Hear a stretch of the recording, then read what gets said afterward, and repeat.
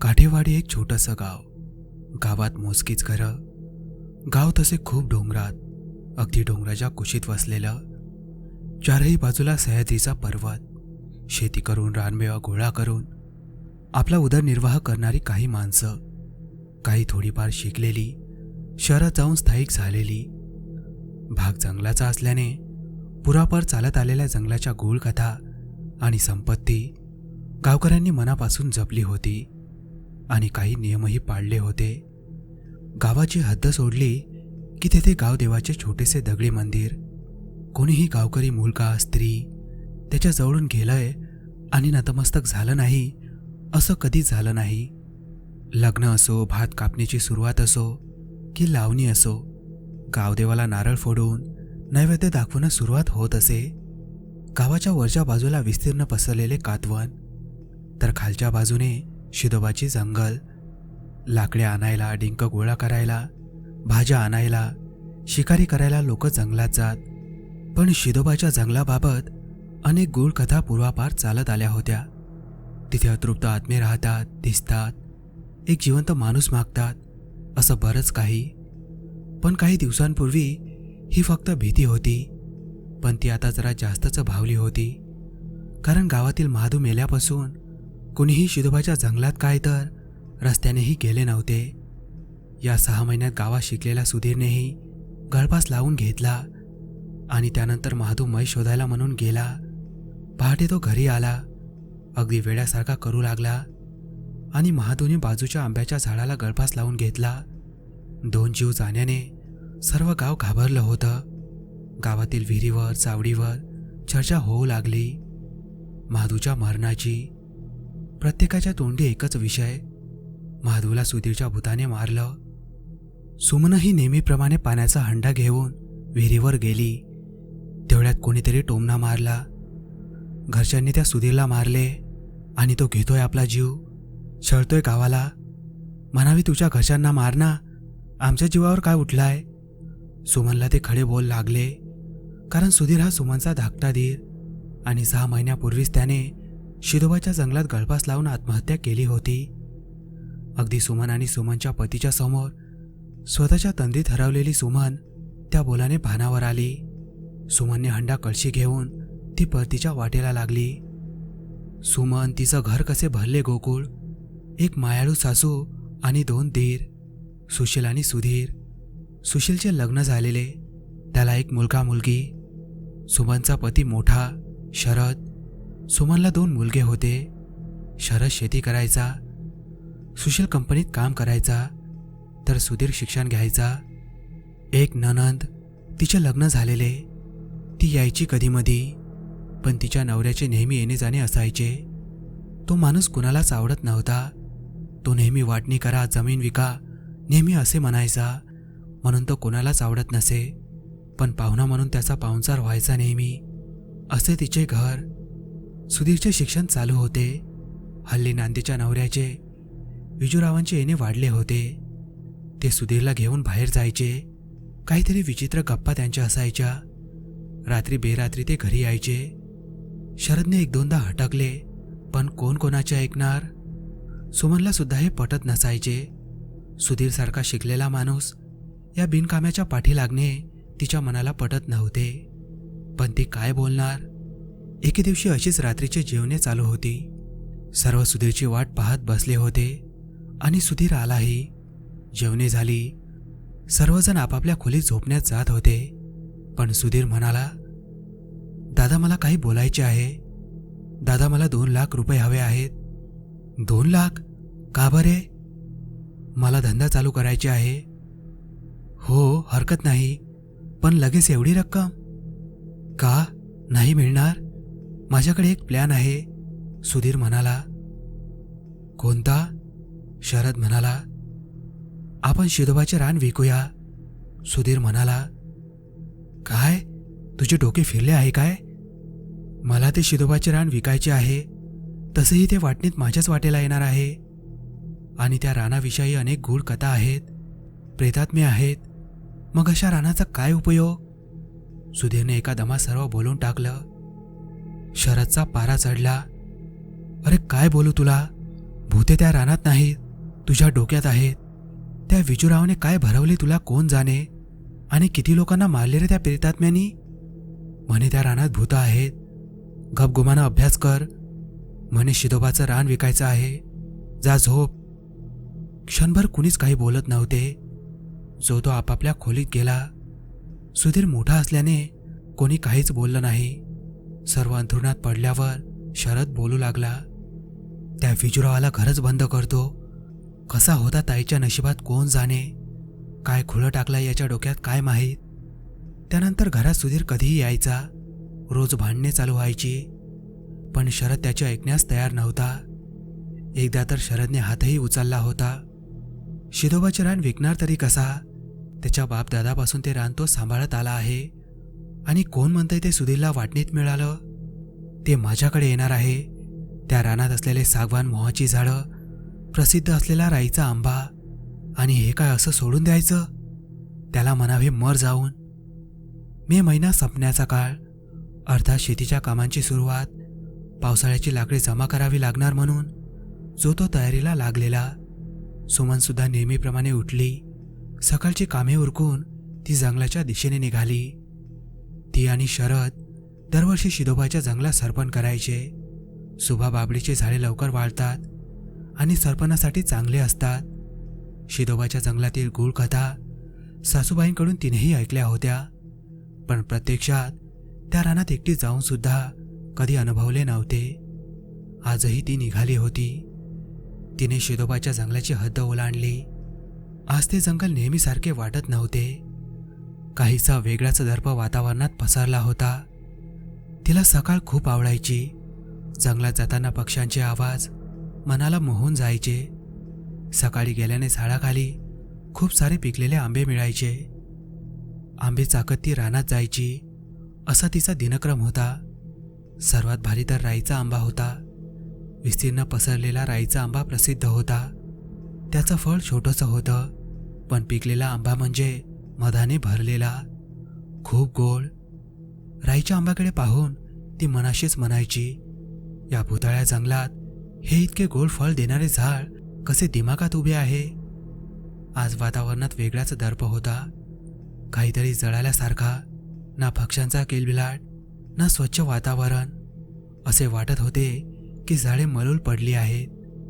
एरवी आंब्याच्या झाडाखाली मिळणारे पिकलेले पाड अगदी जळून गेले होते. कुबट वास पसरलेला होता. आंबे कसे काय जळाले असतील? करवंदाच्या जाळी पिकलेल्या करवंदाने काळसर होतात. तिने सहज 4 करवंद तोडून टाकल्या. छी, असे कसे लागतात हे? मी तर नेहमीच खायची. अगदी गोड होते. माझी आवडती करवंदाची जाळी. आज असे काय? अशा वातावरणाने तिला आता थोडी भीतीही वाटली. तेथील प्रत्येक झाडझुडपं असेच वाटत होते. तिने विचार केला, परत घरी जावे. जाऊ दे, हे आता एवढ्यात येणार. इतकी वर्षे लग्नाला झाली आणि दरवर्षी या रानात येते, पण आजचा अनुभव काहीतरी वेगळाच जाणवत होता. तिने ठरलेल्या ठिकाणी पाण्याचे मळके ठेवले आणि तिला समोर राईचा आंबा खुणावू लागला. चला, त्याच्याखाली काहीतरी मिळाले तर बघू. एरवी ऊन पडायला हवे होते, पण अजूनही या रानात अंधार वाटत होता आणि त्यात नाकाला झोंबणारा कुबट वास. तिला पक्ष्यांचा आवाज नाही, तर कोणीतरी कन्याचा, हसण्याचा असा आवाज येत होता. राईच्या आंब्याच्या पानांची सळसळ तिला जाणवत होती. त्या झाडात कोणीतरी बसले आहे असे तिला वाटत होते.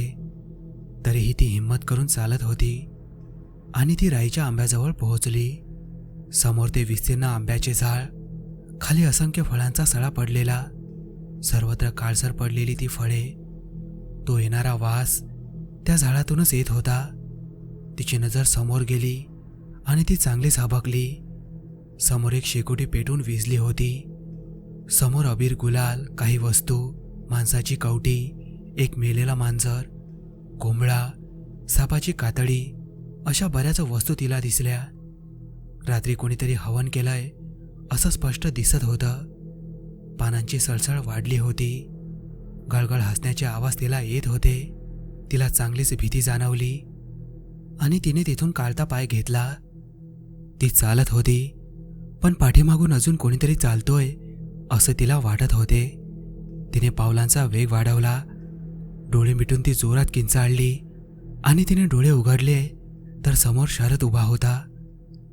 किंचाळण्यासारखं काय झालंय? काय पाहिलंस? पहिल्यांदा आलीस का रानात? शरद म्हणाला. तिला जरा धीर आला, पण जे काही घडत होतं ते काहीसं विचित्र होतं. तिने शरदला त्या आंब्याकडे चालायला सांगितलं. सहजच त्यांची नजर त्या आंब्याकडे गेली आणि काय दिसत होतं. कोणीतरी पांढरी आकृती ते काय करतंय? अरे तो तर फास्ट टांगतोय. अरे तो तर सुधीर आहे. अहो आपले सुधीर भाऊजी. असे ती ओरडणार एवढ्या जोराची चपराक तिच्या कानाखाली बसली. मरते तर मरू दे, काही कामाचा नाही तो, तेवढाच वारीस कमी होईल असे तिने ऐकले आणि त्या जोरदार फटक्याने तिला ग्लानी आली. सुधीर टांगला गेला होता आणि ते जंगल जणू बळी मिळाल्याच्या आनंदात होतं. बेसूर हसत होतं. कोणाचा तरी नाच चालू होता. त्या सावल्या वातावरणात कोणीतरी अवतीभवती फिरत होता असे शरदला वाटत होते. सुमनला शुद्ध आली. तिने डोळे उघडले तर वेळ संध्याकाळची होती आणि क्षणात तिला आठवले, पण तिच्या उशाशी शरद बसला होता. ती काही बोलण्याआधी शरदने तिचे तोंड दाबले. तू आणि मी आपण काल वनात गेलो होतो. आपण काहीच पाहिले नाही आणि जास्त हुशारी करायची असेल तर इथंच तोंड दाबून मारीन. लक्षात ठेव, ते रान माझे आहे, माझेच राहणार. सुमनचे अवसान गळाले.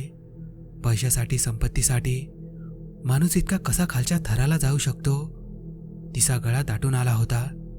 खूप रडावे असे तिला वाटत होते. इतक्या सासूबाई आत आली. अगं सुमे, कसं वाटतंय तुला? शरद म्हणत होता. कातवनात तू चक्कर येऊन पडली. काळजी घे ग बाई, घराचा आधीच बट्ट्या बोळ झालाय. त्यात तुला काही झालं तर म्या म्हातारीने कुणाकडे पाहायचं? ठीक आहे आई, बरं वाटतंय आता. डोळ्यात आलेले पाणी पुसत सुमन म्हणाली. एव्हाना संध्याकाळचे 7 वाजत आले होते. सुमनचे डोके जळ झाले होते. आजचा दिवस कसा होता? फार भयानक, आणि कसा गेला समजलंच नाही. पण आज काहीतरी अकल्पित होणार होते. तिला तर त्याची जाणीव होत होती. तिला सासूबाईंची चिंता वाटत होती. आणि खालच्या आलीचा रवी धावत आला. शरद आप्पा, शरद आप्पा असा वरडत. सुमन उठली. सुमन, तिची जाऊ, सासूबाई अशा तिघीच घरात. अरे पण काय झालं ते तरी सांग, म्हातारी काळजीच्या सुरात म्हणाली. अगं आपल्या सुधीरने राईच्या आंब्याला फास घेतला. त्या वाटेकडे महादू गेला होता. महेश गवसाला, तो सांगत होता. त्याला दिसला, तो पण जाम घाबरलाय. म्हातारीने किंकाळी फोडली आणि ती खाली कोसळली. सुमनने तिला सावरलं. बघता बघता सर्व गावात ही बातमी पसरली. सर्व माणसे शरदच्या घरी जमली. सुशील आला, शरद आला. रडारड सुरू झाली होती. पण महत्वाचा प्रश्न हा होता की सुधीरचे मयत आणायचे कोणी? रात्र झाली होती. कोण असा मर्द जो शिदोबाच्या रानात जाईल आणि सुधीरचे मयत घेऊन येतील? कोणीही तयार होत नव्हतं. शरदने पण अनुभवलं होतं. आता आजची रात्र कशी तरी काढू, उद्या पहाटे जाऊ असा एकाने सल्ला दिला. तेवढ्यात महादू आला. नाही, कोणी जाऊ नका तिकडं, तो मारीन, तो खाईल सगळ्यांना. तो जागा झालाय, मी पाहिलं त्याला. तो सुधीर आता आपला सुधीर नाही. नका आणू त्याचे मयत, त्याचा अधिकार आहे आता असे म्हणत महादू बेशुद्ध पडला. प्रत्येकाच्या मनात आता भीती धरून राहिली होती. म्हातारी रडत होती. अरे कोणीतरी माझ्या लेकराचं मयत आणारे, मला शेवटचं बघू तरी द्या त्याला. अग्नी द्या त्याला, माझ्या सुधीरला मुक्त करा रे. म्हातारी रडत होती. दुसरा दिवसही उजाडला, पण कोणीही जायचे नाव काढत नव्हता. शरदची बहीण आली रडत रडत. विजूरावही आला होता. शरदने बहिणीला कल्पना दिली. अहो ते रान लय वंगाळ, खूप वर्षापूर्वीचे आत्मे त्या रानात सडत आहेत. कोण जाईल? विजूराव अजून भीती मनात रुजत होता. बरं, पोलिसात जावं तर म्हणतील कसा मेला, काय करावे. जो तो सांत्वन देत होता आणि आपापल्या घरी निघून जात होता. शरदच्या घरावर अवकळा आली होती. म्हातारी शांत बसायचे नाव घेत नव्हती. सुमनला ही रात्र झोप येत नव्हती. शरद काय थोडी धासून यायचा आणि झोपायचा. सुशीलनेही घर सोडलं होतं. तो आपल्या कुटुंबाला घेऊन शहरात रवाना झाला आणि एके दिवशी म्हातारीही गायब झाली. खूप शोधून सुद्धा भेटली नाही. शरद म्हणाला, गेली असेल तायडीकडे नाहीतर सुशीलकडे. पण सुमनला काळजी वाटायची. हा माणूस इतका शांत कसा असू शकतो. भावाने समोर फास घेतला, त्याचं मयत पण आणू शकलो नाही. आई नाहीशा झाल्यात, काय करावे. आणि काही दिवसात महादूनेही मरणाची वाट स्वीकारली. तो तर वेडाच झाला होता आणि गावाच्या चर्चेला उधाण आले होते. जिकडे तिकडे शरदला सुमनला टोमणे बोल ऐकायला मिळत होते. शिधोबाचे जंगल लोकांना एक भीती होती. चुकूनही कोणी त्या जंगलाचे नाव घेत नव्हते. दिवसामागून दिवस जात होते. सुमन मनातून फार दुःखी होती. सांगणार तरी कोणाला. सासूबाई कुठे गेल्या अचानक. रानात आपण पाहिले ते काय होते. सुधीरला आपण वाचू शकलो असतो का, असे सवाल तिला पडायचे. सध्या घरात ती एकटीच असायची. शरद दिवसभर बाहेर, मुलं शाळेत आणि त्या घरात तिला काहीसे आवाज येऊ लागले. कोणीतरी पटकन वहिनी बोलून जायचे तर सुमे सुमे असे बोलायचे. भास समजून ती दुर्लक्ष करायची, पण ते जास्तच होऊ लागले. स्वयंपाकघरात अनेक वस्तू पडायच्या. सुधीरची खोली जवळजवळ बंदच असायची. त्या घरात आपल्याला अजून कोणीतरी पाहतंय असे तिला वाटायचे.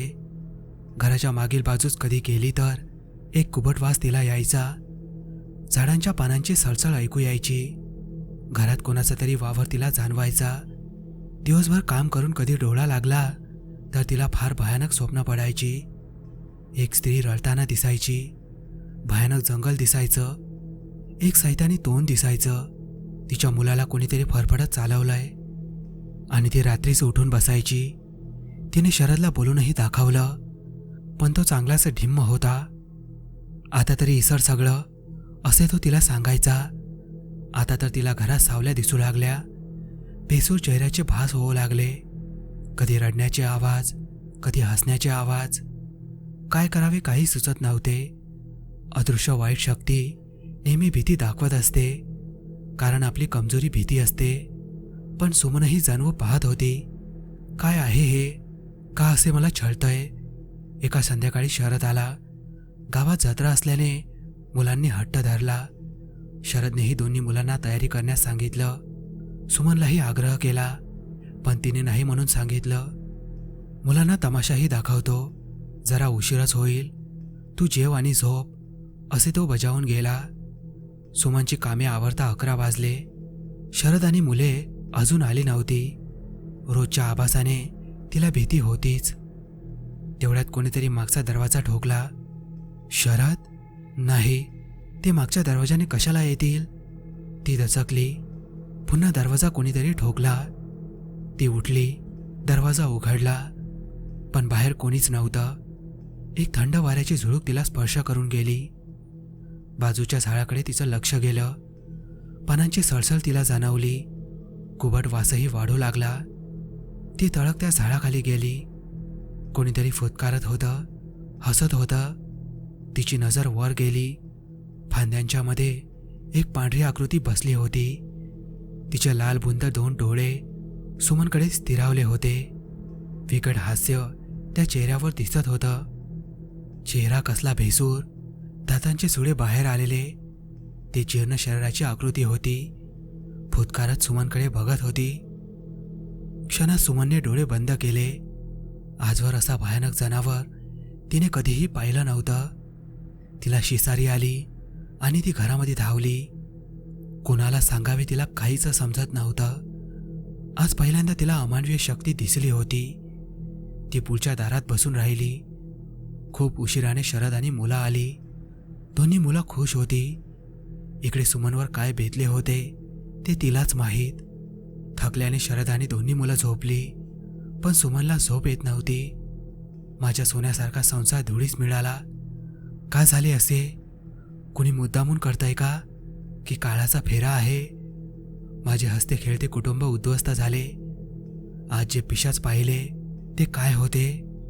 माझ्यावर त्याने हल्ला का नाही केला? त्याला काय हवे असेल? सासूबाई कुठे असतील? शिदोबाचे रान इतके भयानक कसे झाले?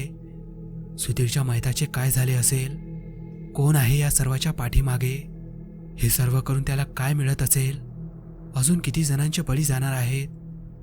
तिने आपल्या निष्पाप 2 जीवांकडे पाहिलं आणि मनाशीच निश्चय केला, नाही, मी माझ्या मुलांना याची झळ लागू देणार नाही. याचा छळा लावायचा आहे. नवरात्र उत्सव जवळ येत होता. गावात त्याची तयारी चालू होती.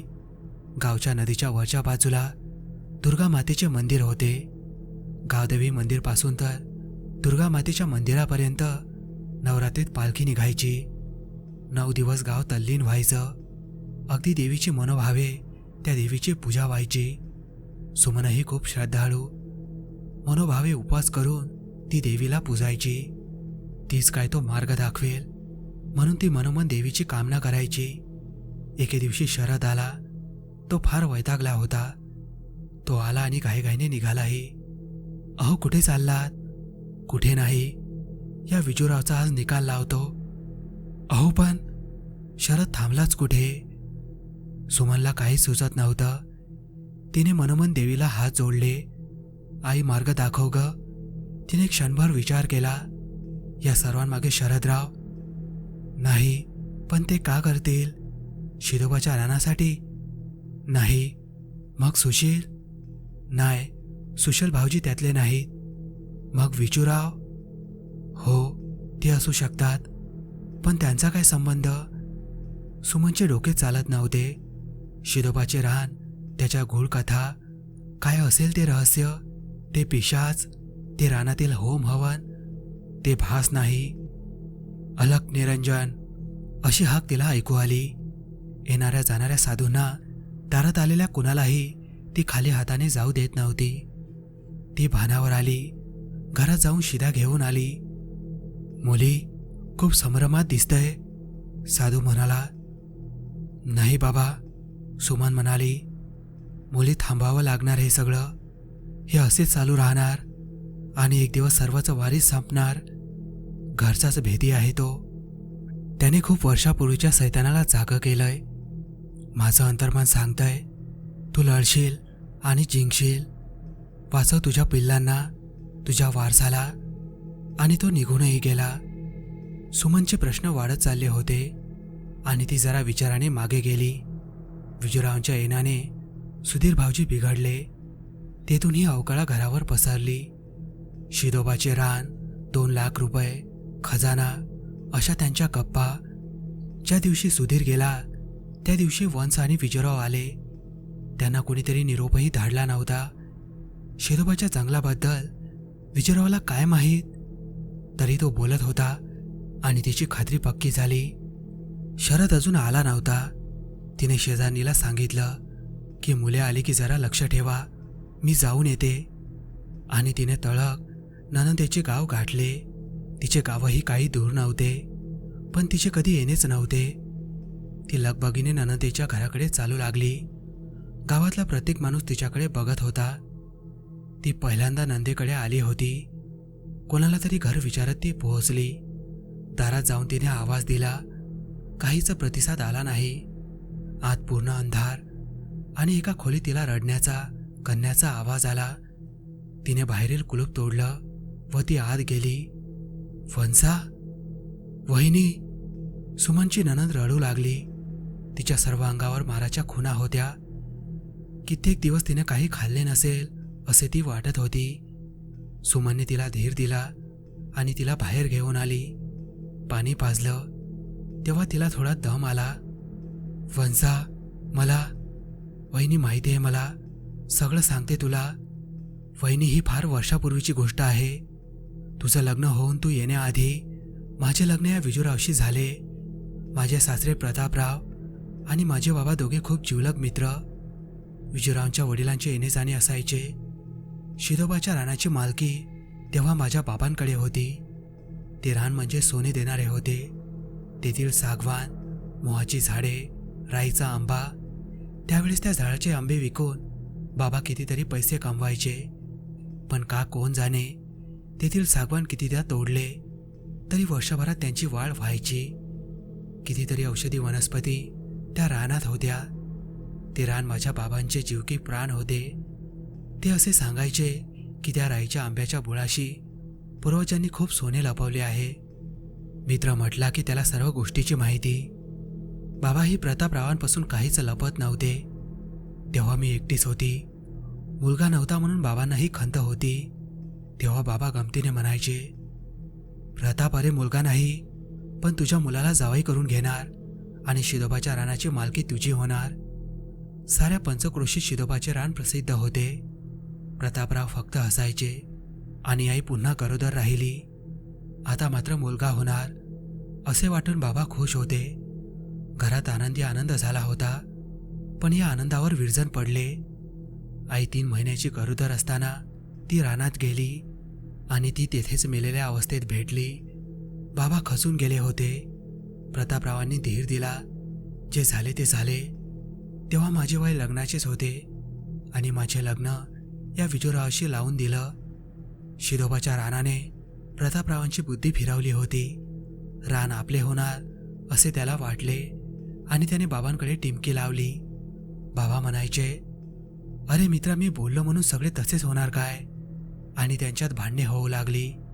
त्यांच्या जिद्दीवर माझ्या आईच्या बाबांनी त्यांची छोटी मुलगी म्हणजे तुझी सासू म्हणजे माझी मावशी बाबांना दिली आणि वर्षाला वरीस येता शरद, सुशील आणि सुधीर झाले. आता वरीस झाल्याने बाबा खुश होते. पण इकडे माझा छळ सुरू होता. प्रतापराव अघोरी साधूंच्या मागे लागले आणि होम हवन करू लागले.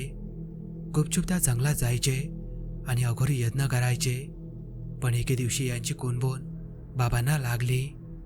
राईच्या आंब्याखाली बाबांनी त्याला रंगेहात पकडलं आणि गावकऱ्यांनी त्याला तेथेच जिवंत पुरलं. एका साधूच्या मदतीनं मंत्राने त्यांची बांधणीही केली. जाता जाता प्रतापरावांनी शपथ घेतली की तुझ्या सर्व वारसांना येथे आणून मारीन. बाबा होते तोवर त्यांनी आपले वारीस आणि शिदोबाचे रान जपले. तो साधू म्हणजे बाबांचे गुरु होते. अप्रत्यक्षरित्या ते तुमची रक्षा करायचे. काळाप्रमाणे साधू आणि बाबांचा मृत्यू झाला.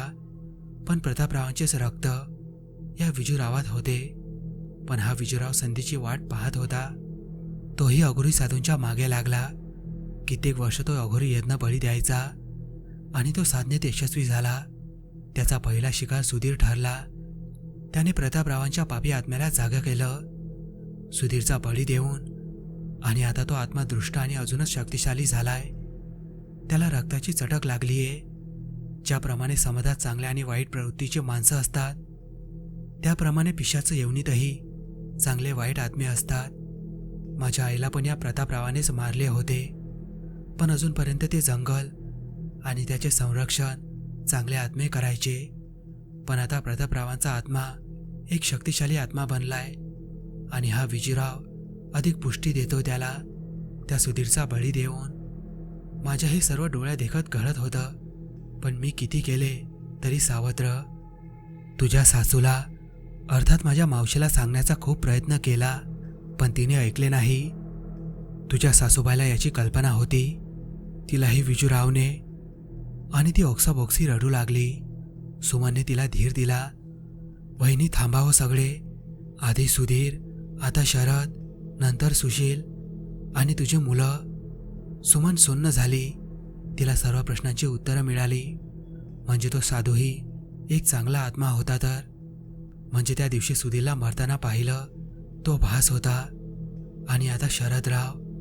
तेव्हाच त्यांना तो विचार आला होता सुधीरला न वाचवण्याचा.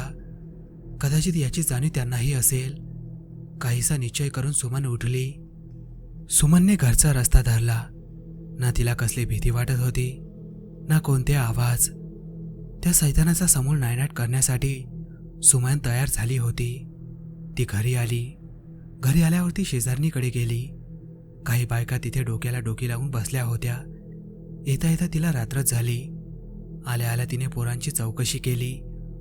कंटाळा आला म्हणून संध्याकाळी दोघे खेळायला गेले. एक म्हणाला, बाबा रानाच्या वाटेकडे गेलेत, चल रस्त्यात भेटतील. पण या बारक्याने नाही मानले. तो पळत आला, पण मोठा गेला. तेथून शरदचाही पत्ता नाही आणि बाळाचं पण नाही. सुमन मटकन खाली बसली आणि ओक्षीबोक्षी रडू लागली. शत्रूने डाव साधला होता. ती घरात आली आणि सरळ मागच्या परसात, आणि ते ओरडत म्हणाली, चांडाळा, तुला जीव घ्यायचे ना घे, पण माझ्या पिल्लांना सोड. माझ्या मुलाच्या केसाला जरी धक्का लागला ना तर लक्षात ठेव, या आईशी गाठ आहे तुझी. पण तिला काहीच प्रतिसाद आला नाही. तिला काय करावे सुचत नव्हते. घरातील देवघरात जाऊन ती देवापुढे बसली. एवढ्यात मुली असा शांत आवाज तिला आला. तिने इकडे तिकडे पाहिलं. समोर साक्षात साधू उभा होता, पण ती घाबरली नाही. उलट तिने पायावर लोटाकन घेतले. मला मार्ग दाखवा बाबा, माझे बाळ. साधूने शांतपणे तिला उभे केले. मुली, अजूनही काही संपले नाही. नवरात्र चालू आहे. याच वेळेस महिषासुराचा वध दुर्गेने केला होता, आणि स्त्री ही एक दुर्गेचे रूप आहे. तुला लढायला हवे. जे काम या गावातील कोणी मर्दानं केलं नाही ते तू आज कर. जा, नायनाट कर त्या दुष्टाचा. साधूने एक कोयता आणि अंगारा सुमनच्या हातावर ठेवला आणि तो निघून गेला. सुमनने रडू आवरले. तिच्या दुःखाची जागा आता क्रोधाने घेतली होती. दुर्गे मातेचे नाव घेऊन ती निघाली. एका हातात कोयता, कमरेला रॉकेलचा डबा, माचीस बांधली होती. समोर पोटाशी अंगाऱ्याची पुरचंडी बांधली आणि ती शिदोबाच्या जंगलाकडे निघाली. शेजारणीला काहीच कळत नव्हतं. माझ्या छोट्याला सांभाळा, एवढे बोलून ती निघाली. गावाची हद्द ओलांडल्यानंतर गावदेवाचे दर्शन घेतले आणि ती शिदोबाच्या रानात शिरली. ते जंगल म्हणजे जणू एक अकराळ विक्राळ जबळा वाटत होता. घुमण्याचे, हसण्याचे, किंकाळण्याचे आवाज तिला येऊ लागले. प्रत्येक झाडाने एक सैतानी रूप घेतले होते आणि ते तिला गिळंकृत करण्यासाठी पाहत होते. समोर येणारे प्रत्येक झुळूक वेलीला ती छाटत होती. एक विचित्र दर्प हवेत सुटला होता. त्या अंधारात ती चालत होती. एखादे मोठे जनावर पायाखालून जात होते, पण तिला फिकर नव्हती. तिचे लक्ष होते राईचा आंबा. एवढ्यात कोणीतरी स्त्रीचा रडण्याचा आवाज तिला येऊ लागला. बाजूला एका दगडावर एक स्त्री केस मोकळे सोडून पाठमोरी बसली होती. तिने कोयता उभा केला आणि त्या स्त्रीवर वार करणार तेवढ्यात ती म्हणाली, सुमे आली का ग तू? तो नराधम सोडणार नाही. त्याची सत्ता चालते इथे. ती तिची सासूबाई होती. ती काही बोलण्याच्या आधीच ती स्त्री नाहीशी झाली. तेवढ्यात एक म्हशीसारखे जनावर तिच्याकडे रोखून येताना तिने पाहिले. ते जनावर, त्याचा उघडा जबळा आणि लाल डोळे, भयानक आवाज करत ते तिच्याकडे धावत येत होते. आणि त्याच्यावर बसलेले कोण होते? महादेव. पण महादेव वाटतच नव्हता. दादांचे सुळे बाहेर आले होते. एक वेगळाच आवाज करत ते दोघे तिच्यावर चाल करून येत होते. सुमनने एका हातात कोयता सावरला आणि दुसऱ्या हातात अंगारा. ते जनावर तिच्यावर झेप घेणार तेवढ्यात तिने अंगारा त्याच्यावर फेकला आणि कोयत्याचा वार त्याच्या तोंडावर गेला. ते जनावर बाजूला पडले आणि तळमळ करत नाहीसे झाले. ते पुढे चालू लागली. प्रत्येक झाड हसत होते. वेली तिला विळखा घालत होत्या आणि ती एका एकावर घाव घालत होती. ती राईच्या आंब्याजवळ पोहोचली. त्या आंब्याचे झाड एक अकराळ विकराळ आकृती भासत होते. प्रत्येक फांदीवर पिशाच एक आक्रमक पवित्रा घेऊन बसली होती. तिच्या थोड्या अंतरावर जाळ पेटलेला दिसला. ती तशीच त्या दिशेने जाऊ लागली. ती पाठमोरी झाली आणि तेवढ्यात एक झाडाची फांदी गळगळत तिच्यावर चालत आली. पण तिच्यावरचा वार दुसरा कोणीतरी झेलला होता. तिने पाहिले तो शरद होता. तिने शरदकडे पाहिले. तिला हायसे वाटले. तिची शक्ती द्विगुणित झाली आणि भीतीही कमी झाली. समोरून चालत असताना एक भयानक स्त्री पिशाच तिच्यावर चाल करून आले. तिने एका घावात त्याचे मुंडके उडवले. शरद तिच्या पाठीमागेच होता. ती बळबळत होती, कुठे होता तुम्ही? का आला तेथे? आपला बाबू कुठे आहे? पण तो काहीच उत्तर देत नव्हता. ती जाळ पेटलेल्या ठिकाणी आली. थोड्याच अंतरावर उभी राहिली. तो एक यज्ञ होता. समोर 4-5 भयानक चेहऱ्याची माणसं त्या आगीभोवती बसली होती. बाजूला सुधीर सारखाच एक माणूस बसला होता, पण त्याच्या चेहऱ्यावरचे मांस गळत होते. आणि समोर तिला मंत्र म्हणताना विजूराव दिसत होता. यज्ञाजवळ काही वस्तू होत्या. कसलीशी आहुती देत विजूराव मंत्र म्हणत होता. किंकाळ्यांनी ते रान दणाणून गेले होते. समोर तिचा मुलगा झोपावला होता. बाजूला एक खड्डा खोदला होता. ती काय समजायचे ते समजून गेली. विजूराव, थांबव हे सगळं. तिच्या हाकेने सर्व पिशाचांनी उलट्या माना फिरवल्या आणि पिसाळलेल्या कुत्र्याप्रमाणे ते सुमनकडे रोखू लागले. मान वर करून विजूराव विक्षिप्त हसत म्हणाला, आलीस? ये, माझा हेतू सफल होतोय. तुझ्या कुटुंबाच्या प्रत्येकाचे मरण माझ्या हातात आहे. आता सुधीर, तुझी सासू, नंतर शरदला तर आताच खाऊन टाकलं आणि आता तूही मरणार. माझा सूड पुरा होणार नाही. ते तर माझ्या मागे. सुमन म्हणाली.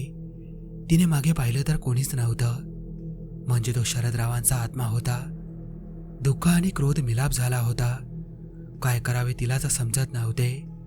ती जोराने ओढून त्याच्यावर धावून गेली. पण आतापर्यंत शांत असलेली ते पिशाचं तिच्यावर धावून आले. तिने प्रत्येकावर अंगारा फेकला.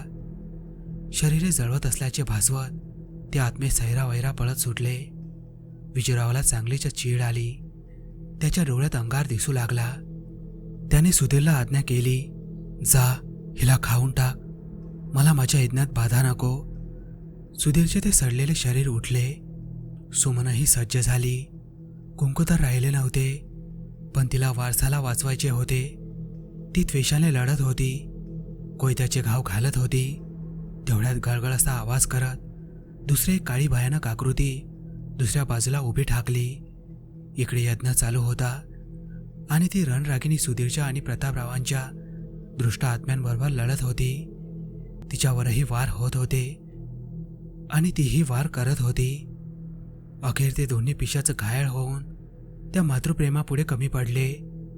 तिने धावत जाऊन विजूरावांच्या छातीत एक लाथ घातली. तो कोलमडून खाली पडला. तिने आपल्या मुलाला उचललं आणि धावत राईच्या आंब्याखाली आली. किंकाळ्यांनी असं म्हणत दणाणून केलं होतं. एक आईचा आपल्या मुलासाठी अमानवी शक्तींबरोबर लढा चालू होता. तिने मुलाला बाजूला ठेवलं आणि कमरेचा रॉकेलचा डबा काढला आणि त्या राईच्या आंब्याच्या बुळाखाली ओतला. इकडे विजूराव त्वेषाने उठला आणि तिच्या मागे धावला. सुमनने त्याच्याकडे पाहिलं, पण तिला 2-3 माणसं त्याच्या पुढे उभी असलेली दिसली. शरद, तिची सासू, तिची नणंद, अजून एक स्त्री, अर्थात तिची सावत्र सासू. त्यांनी त्याचा रस्ता अडवून धरला होता. सुमन काय समजायचे ते समजून गेली. तिने जवळची मासेची काडी ओढली आणि आपल्या मुलाला उचलून अंगात जितका जोर होता तितक्या त्वेषाने ती धावू लागली. राईच्या आंब्याचा एकच भळका उडाला. त्या रानाने पेड घेतला. त्या चांगल्या आत्म्याने विजूराव सकट त्या आगी स्वतःला सामावून घेतलं आणि सुमन धावत होती. तिच्या मागे तिला शरद धावताना दिसत होता. ती रडत होती आणि शरदकडे पाहत होती. त्याचा निस्तेज चेहरा तिला दिसत होता. अखेर शिदोबाच्या रानाची हद्द तिने ओलांडली. त्या आगीने शरदला स्वतःमध्ये घेताना तिने पाहिलं. तिने हंबारडा फोडला. आपल्या पिलाला मिठी मारून ती चांगलीच रडत होती आणि ती खाली कोसळली. सकाळी सकाळी पक्ष्यांच्या आवाजाने तिला जाग आली. वातावरण अगदी स्वच्छ होतं. ते रान खऱ्या अर्थाने आता मोकळे झाले होते. तिने आपल्या वारसाला उचललं आणि ती घराकडे चालू लागली. मित्रांनो, ही थरारक भयकथा तुम्हाला कशी वाटली ते कमेंटमध्ये सांगायला विसरू नका. भेटूया लवकरच अशाच एका थरारक भयकथेसोबत.